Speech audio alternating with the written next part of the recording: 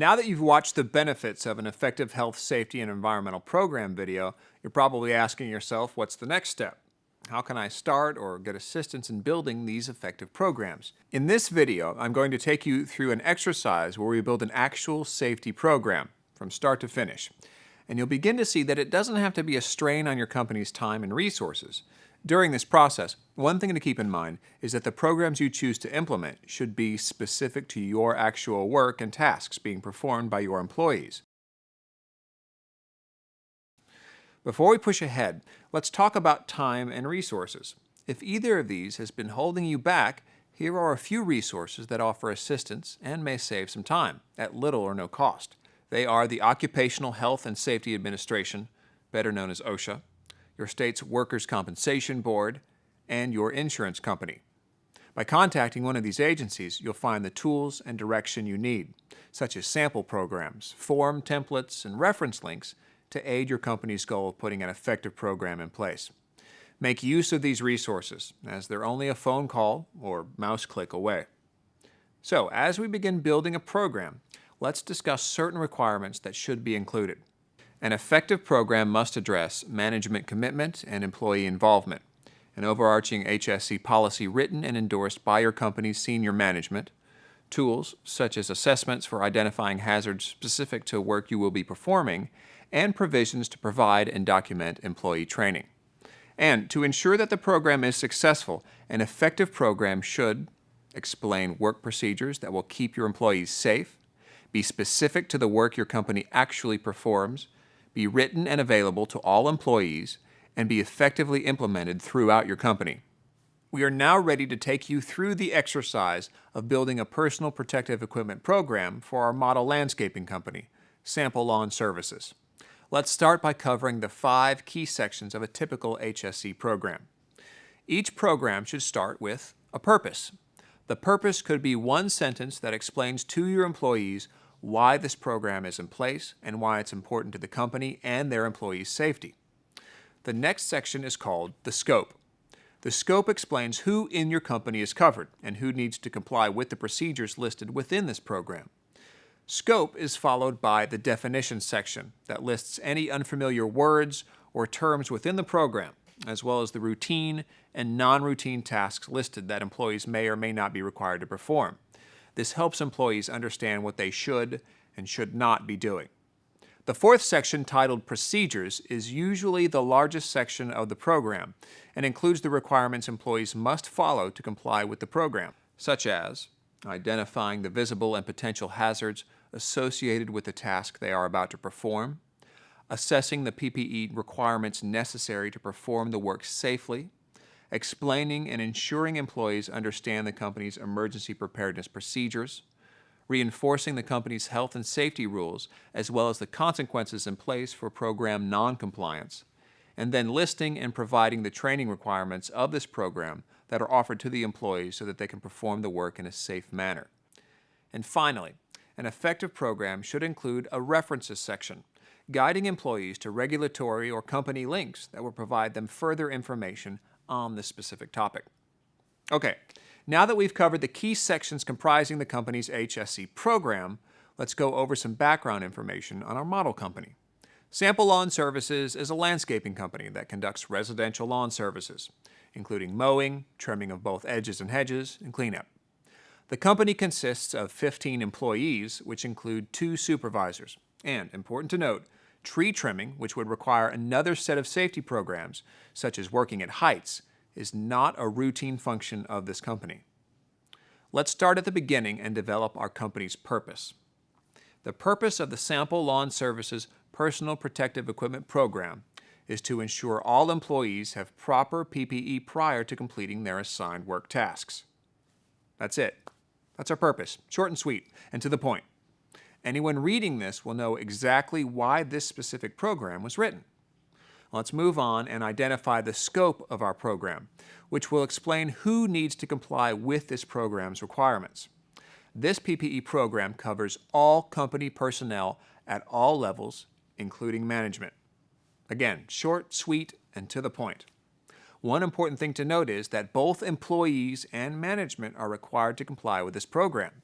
This is important as employees tend to follow the examples set by their supervisors. Now it's time to include our definitions section, which will include an explanation of any unfamiliar terms or acronyms used, as well as a description of both the company's routine and non-routine tasks. Routine tasks. Common tasks that are conducted during lawn care services, such as lawn mowing, line trimming, and hedge trimming. Non-routine tasks.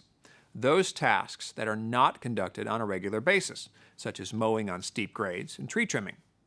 When performing these non-routine tasks, there must be supervisor approval, hazard identification, and additional training and PPE as required.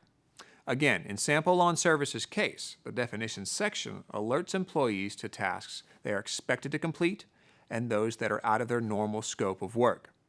As stated in the program, to complete these tasks, there will need to be supervisor approval and additional training prior to beginning a non-routine task. We're now ready to get into the meat of the program, the procedures section, which lists the actual PPE program requirements. We'll use a hazard assessment form to assist us in identifying our PPE needs.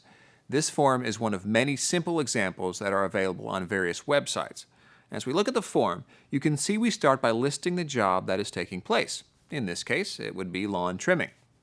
This assessment shouldn't be a difficult task to complete if the person performing it understands what hazards are involved. The first step in completing a hazard assessment form is to fill in the top line listing the job to be performed, the name of the assessor, and the date the assessment was performed. Following that, the assessor needs to give a description of the actual task that's about to take place. And then, based on that task description, the hazards associated with that task need to be listed. And finally, the controls that need to be implemented to protect employees from these hazards need to be addressed. Now that we've completed the assessment form, let's continue with the procedures section of our program.